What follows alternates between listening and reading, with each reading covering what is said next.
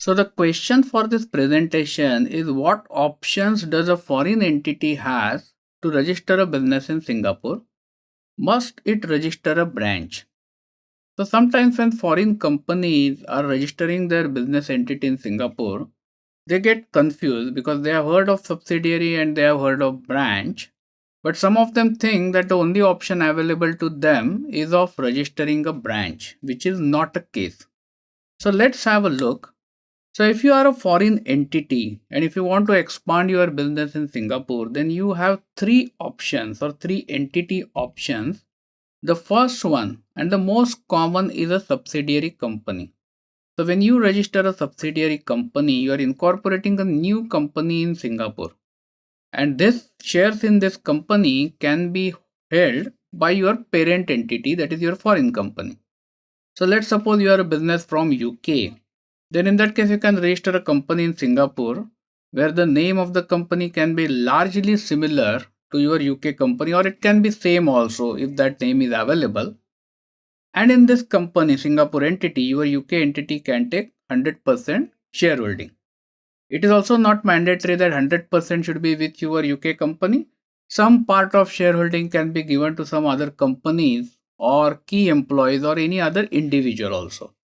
So this is the most common and most flexible option. One of the benefit here is that this Singapore entity then becomes a separate legal entity and the liabilities of this company or affairs of this company can be entirely different. The next option that is used by foreign entities is to register a branch office. So in branch office, you are not actually creating a separate legal entity in Singapore. You are only registering, you are actually re-registering your home country company in Singapore for operations.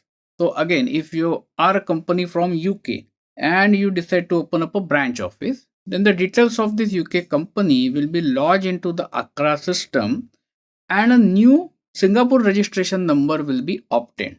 So this is what is a branch office.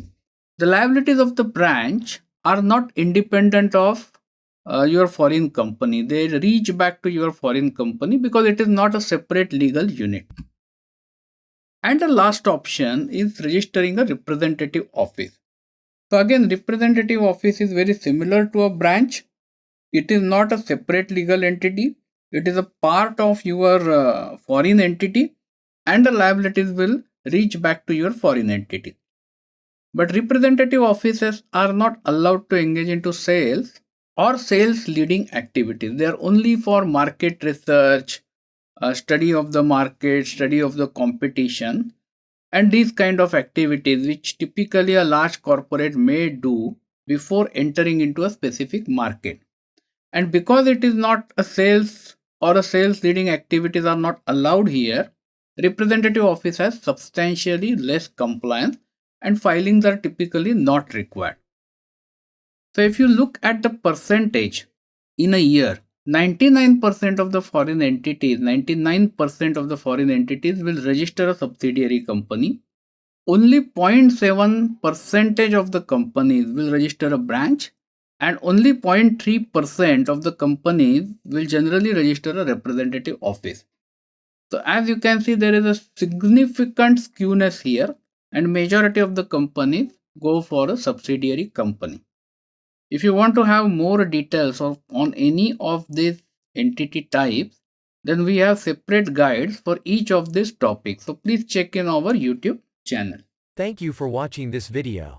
This video was brought to you by Epica Consulting Singapore.